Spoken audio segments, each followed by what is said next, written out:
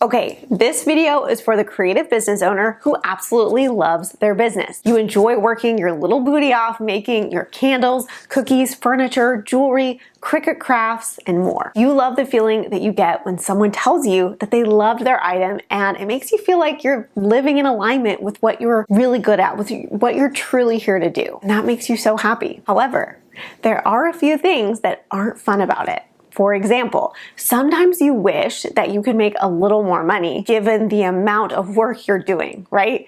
I can relate to that because back when I sold handmade party decorations, I was working my little booty off, cutting and gluing in my craft room, and although I loved it, I also felt like I wasn't getting paid enough. And sadly, sometimes I felt a little resentful of my clients.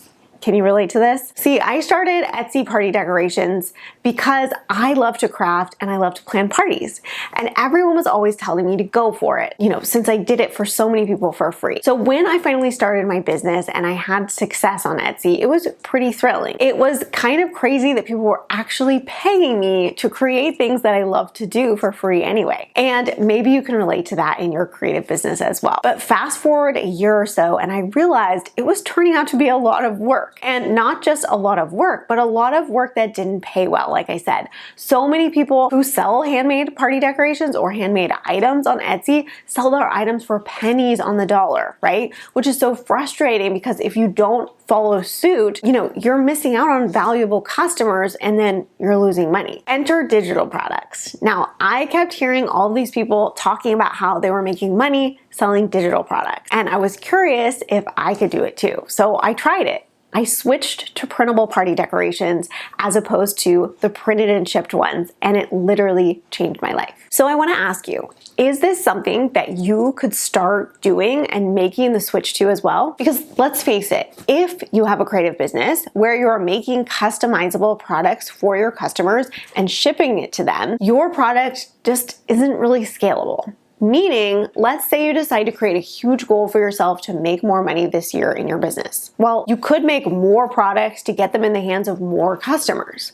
However, we both know that that just means you're going to be working longer hours. It's going to take a lot more time and energy to do it, right? So it's safe to say that if you want to grow your business, selling more products isn't necessarily the answer because you'll be spending more time in your office or your craft room, wherever you do it, feeling burnt out. What I want to offer you is that you have two options. You can continue doing what you're doing, and if you love it and you're not concerned about scaling, then by all means, continue doing it. However, if you're someone who wants to scale your business and not just make more money in the business, but diversify the kind of income you're getting, then I recommend you add a digital product to your business. And the way I did this, among other things, was through printables. Now, I believe that selling printables is hands down the most scalable and fun business model if you're going to sell products on the internet. Think about it. What else allows you to create something one time and then continue to get it in the hands of thousands upon thousands without the burnout that you face with your handmade items? It's a no-brainer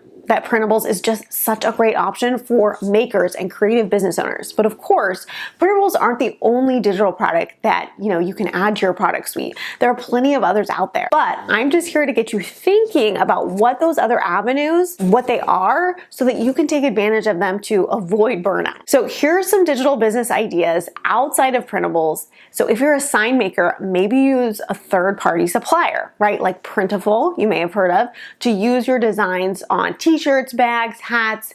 If you make cups, think outside the box on how you can make those designs into SVGs that you can sell instead of the hustle and grind of making the cups, right? Now back to printables because that's my expertise. Now, if you sell furniture, could you sell some kind of printables that could help others do the same thing or, DIY their own furniture? If you sell jewelry, then you know the business inside and out. You know about selling at markets and craft fairs and all of these things. So could you sell printables that would help other women start a business like yours? That's what I love about printables, is that the options are endless when it comes to what you can create. Now, you might think, that making a pivot in your creative business seems like a lot of work, and you're wondering, will it be worth it in the end to add this digital aspect to my creative business? And my answer to you is that if you don't add additional revenue streams onto your business, you are going to continue to get burnt out. And then not only will you not make more money, but you'll likely quit. Right? And the important thing here is that you are taking steps towards freedom and passive income, moving away from the burnout you were facing in your creative business. Okay, so if this sounds like something you want to get started doing, I have an action plan for you. You know how when you first started your business, everyone told you that you had to make a business plan? I actually have never done that, and I'm not encouraging you to do it right now. However, what I would encourage you to do is make an action plan about the steps you're going to take to go digital. Whether it's slow, baby steps, whatever that is for you, set out a plan of how you're gonna do that. That way, next year at this time, you aren't kicking yourself and wishing you would have started right after you watched this video. Know what I'm saying?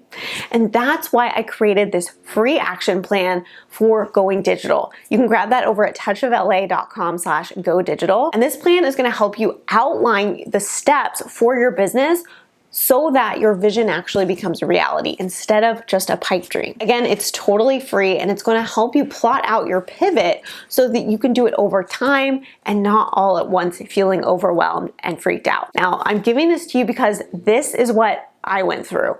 I basically said, I should do that. I should make printables. I should make digital products.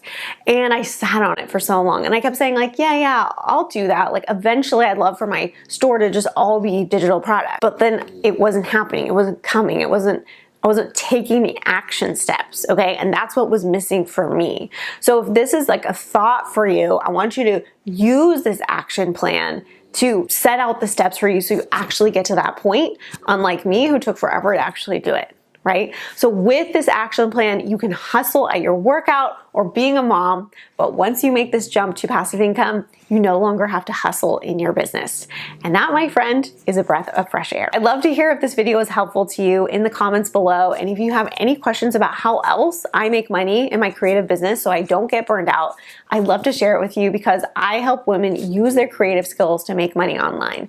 And I want to help you do that as well. So thanks so much for watching, and I will see you in the next video.